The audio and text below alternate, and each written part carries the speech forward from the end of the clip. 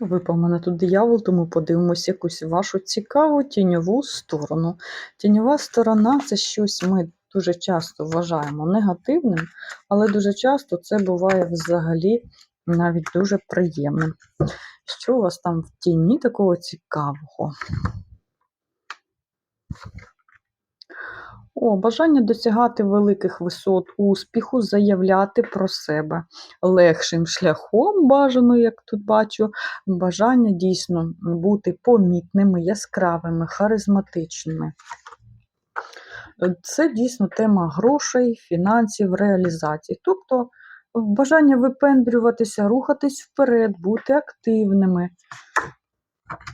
А зараз, можливо, трішки підвисаєте, ніби чекаєте, що воно якось саме прийде, але саме не прийде. Саме ви можете це змінити, якщо почнете діяти і рухатися уже. У вас все вийде обов'язково, якщо ви собі дозволите.